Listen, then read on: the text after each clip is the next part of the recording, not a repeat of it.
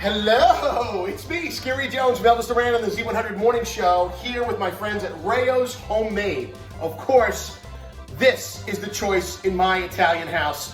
Why? Well, several Christmases ago, my mother decided to replace the 7-8 hour pot of sauce on the stove with a few jars of Rayo's Homemade and not tell my aunts and uncles. Well, guess what?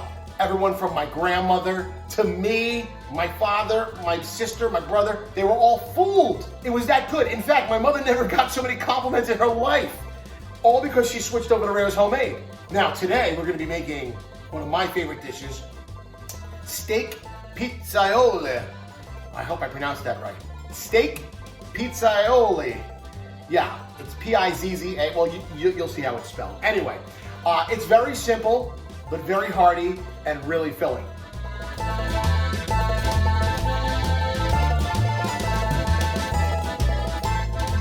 What does it involve? It involves Rayo's Homemade. Of course, that comes at the end.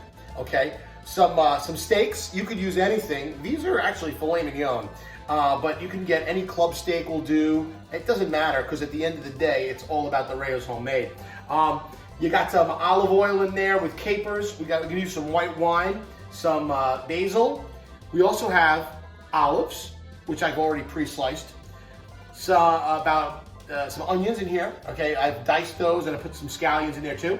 And a cup of either vegetable broth or chicken broth. Yeah, I use vegetable broth today. And of course some garlic, capers, and it's oregano, dried oregano. All right, so we're gonna start by cooking the steaks. So I lay them out nice. We're gonna wait for that pan to get nice and hot. We're not gonna cook them all the way through.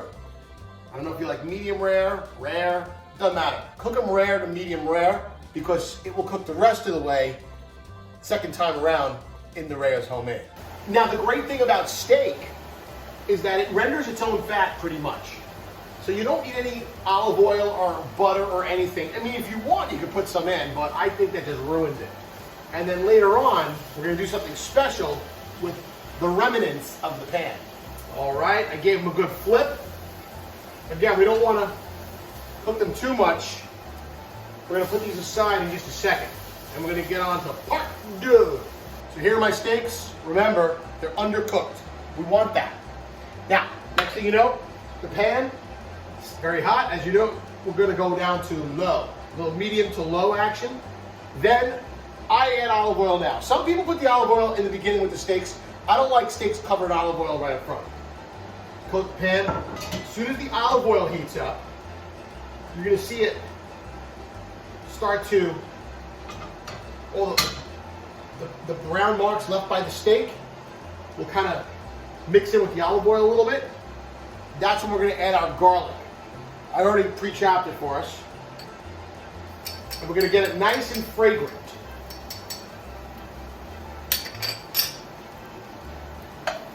Oh, it smells great already.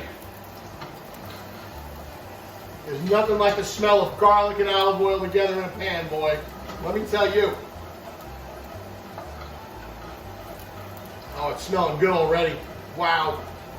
Oh, I wish you were here with me. And I'm trying to take this wooden spoon here, scrape off some of that, some of the steak marks.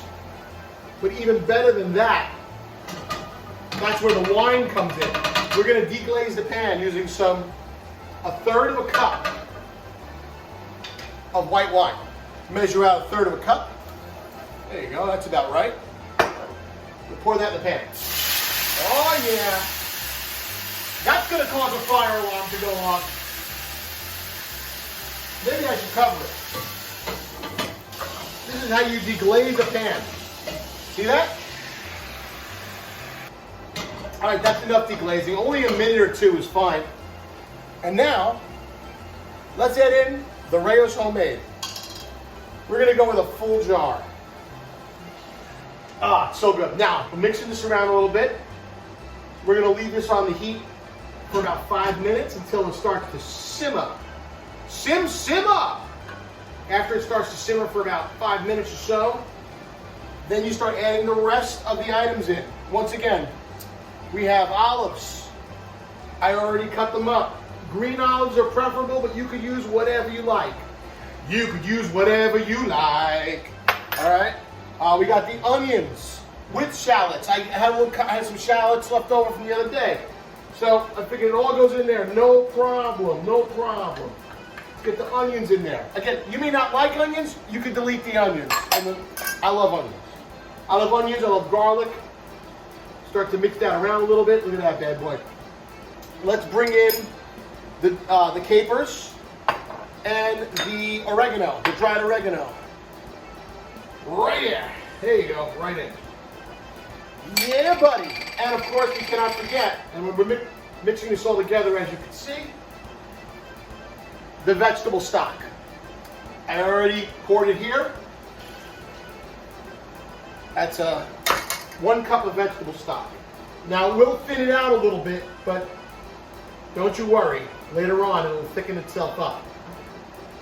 All right, I went ahead and I covered the sauce, and it is simmering. It's been simmering for about 10 minutes now.